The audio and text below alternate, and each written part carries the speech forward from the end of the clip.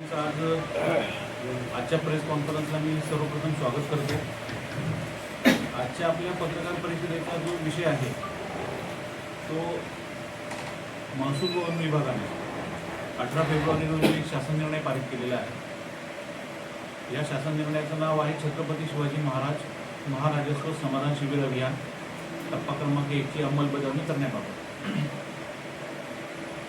आपल्या राज्याचे माननीय मुख्यमंत्री महोदय त्याचबरोबर महसूल मंत्री महोदय यांनी महसूल विभागामार्फत ज्या काही सेवा दिल्या जातात या सेवा आपल्या ह्या रेग्युलर तर चालू असतात, पण त्या थोड्याशा टाईम ओरिएंटेड म्हणा किंवा मोहीम स्वरूपात देण्याबाबत हा शासन निर्णय पारित केलेला आहे।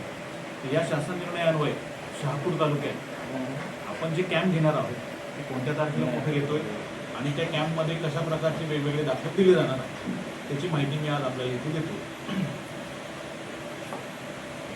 आपल्याला ही एक 1 पेज नोट पण देतोय, त्याचे डिटेल्स आहेत तेच आपल्याला सांगतो। हा जो शासन निर्णयानुसार कॅम्प घ्यायचे आहे ते मार्च ते मे 2026, मार्च एप्रिल मे साधारणतः या 3 महिन्यात आपल्याला कॅम्प घ्यायचे आहे। साधारणतः 8-9 कॅम्प आपल्याकडे होणार आहेत।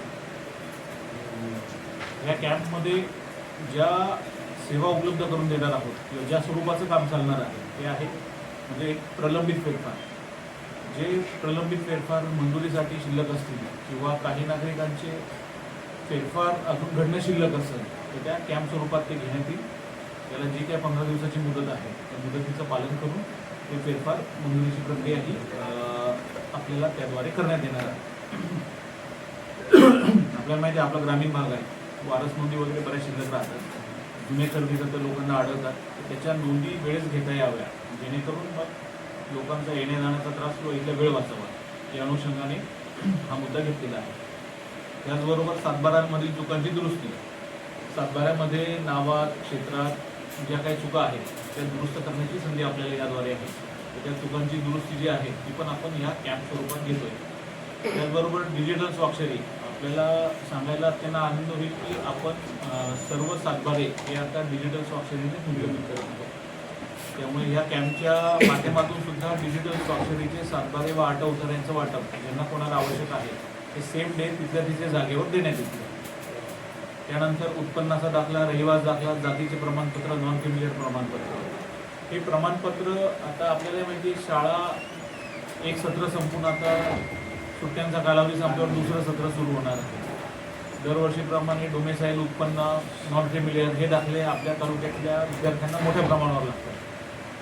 तालुक्याचं एकंदरीत भौगोलिक क्षेत्र पाहता आपल्या बॉर्डरवरचा माणूस, तालुक्याच्या हद्दीवरचा माणूस इथे येणार, अर्ज करणार, परत त्याला 2-3 दिवसांनी ते दाखला घ्यायला यावं लागतं। तर जवळचं जे महाई सेवा केंद्र त्याच्या माध्यमातून होतं। हा सुद्धा त्रास किंवा वेळेची बचत करण्यासाठी हे जे 9 ठिकाणं आपण कॅम्पला ठेवलेले त्या 9 ठिकाणी जे विद्यार्थी म्हणा किंवा जे पालक म्हणा जो अर्ज करतील तर त्यांना त्याच दिवशी दाखले हे उपलब्ध करून देण्यात येणार आहे।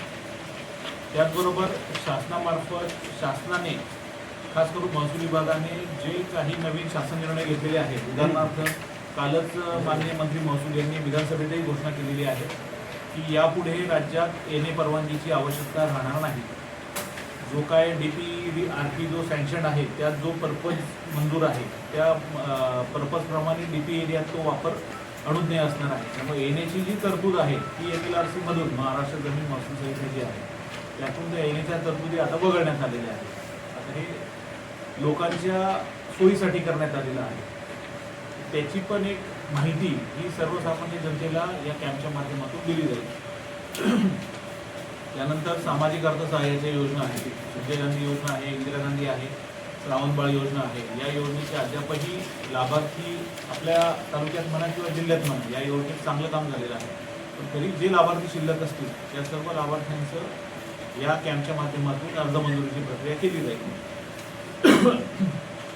सामाजिक अर्थसहाय्य योजनेचे लाभ द्यायचे म्हटल्यावर त्याला परत उत्पन्नाचा दाखला आहे, रहिवास दाखला आहे, वयाचा दाखला काही ठराविक प्रकरणात घेतला जातो, त्याही सुविधा आपल्याला तिथंच देण्यात येईल। त्यामुळे त्या सर्व लाभार्थ्यांना इथं येणं, इथं कागदपत्र जमा करणं किंवा वेळोवेळी माहिती घेणं हा त्रास कमी होणार आहे, त्यांची वेळेची बचत होणार आहे। त्यानंतर मोजणीच्या वसुलीच्या अनुषंगाने तुकडेबंदीबाबत जो शासन निर्णय शासनाने घेतलेला होता त्याचे जे काही प्रलंबित प्रकरणं आहेत त्याची माहिती त्या दिवशी घेण्यात येईल. म्हणजे वसुली वाढवावी या उद्देशानेही सर्व अधिकारी कर्मचारी त्या दिवशी काम करणार आहेत. त्याचबरोबर घरांसाठी पट्टे वाटप, त्यांना शालेय कामगारांसाठी अडचण निर्माण होतात त्याच्यासाठी आधी जन्मदाखला असणं गरजेचं आहे. त्या अनुषंगाने पण जे काही शक्य काम आहे ते तिथं करण्यात येणार आहे. तर अशा प्रकारच्या सेवा आपण या कॅम्पच्या माध्यमातून देतोय. मी आता आपल्याला तारखा सांगतो. आपल्याला जी एक नोट दिलेली आहे त्या नोटमध्ये तारखा दिलेल्याच आहेत. पहिला कॅम्प जो आहे तो 7 मार्चला आहे शहापूर मंडळामध्ये शेटे मॅरेज हॉल चेरपोली येथे ठेवलेला आहे. आपण प्रत्येक मंडळात एक तारीख दिलेली आहे. या तारखा पण शासनाने ठरवून दिलेल्या आहेत. फक्त 2 तारखा आपण ॲडिशनल घेतलेल्या आहेत. आपल्याकडे 6 पेक्षा जास्त मंडळ आहेत. दुसरा कॅम्प असेल किनवलीला 9 मार्चला. तिसरा कॅम्प असेल आडगावला 14 मार्च. चौथा आहे शेनव्याला 16 मार्च. वाशिमला आहे 5वा 10 एप्रिलला आहे. 6वा आहे डोळखाम 13 एप्रिलला. 7वा आहे गोठेघर 17 एप्रिल. त्यानंतर खर्डीला आहे 8 मे आणि कसाऱ्याला आहे 15. आता कसाऱ्याचा जरी 15 मेचा कॅम्प असला पण काही दाखले अत्यावश्यक असतील आधी लागू शकतात किंवा सामाजिक अर्थ सहाय्याच्या योजना आहे त्याचे कागदपत्र आपल्याला मोठ्या स्वरूपात लागतात. त्याची तपासणी आहे. पूर्वतयारी म्हणूनही आपण काय ॲक्टिव्हिटी करणार आहोत. म्हणजे कॅम्पच्या स्वरूपात आपल्याला सेम डे रिझल्ट ओरिएंटेड काम करायचं आहे. मात्र त्या अनुषंगाने कागदपत्र घेणं, कागदपत्र तपासणं, त्यावर आवश्यकता असेल तर निर्णय घेणं आणि काय कागदपत्र नसेल तर ती पूर्तता करून घ्यायचं. हे पूर्वतयारीच्या माध्यमातून काम आधीच चालू होणार आहे. तर अशा प्रकारे हा जो शासन निर्णय शासनाने घेतलेला आहे त्याच्या यशस्वीतेसाठी आपण या तालुक्यातल्या सगळ्या कार्यालय प्रमुखांची बैठक तहसीलदारांच्या माध्यमातून घेतलेली आहे. मी पण VCच्या माध्यमातून सगळ्यांना मार्गदर्शन केलेलं आहे. सगळ्या विभागाच्या माध्यमातून ह्या ज्या सेवा ह्या सर्वसामान्य शहरी भागातही महत्त्वाच्या असतात किंबहुना ग्रामीण भागात या सर्व सेवा ज्या आहेत त्या अति महत्त्वाच्या असतात. यात जे काही लाभार्थी राहून गेलेले आहेत शिल्लक आहे त्यांना एक कव्हर करण्याचा उद्देश आहे.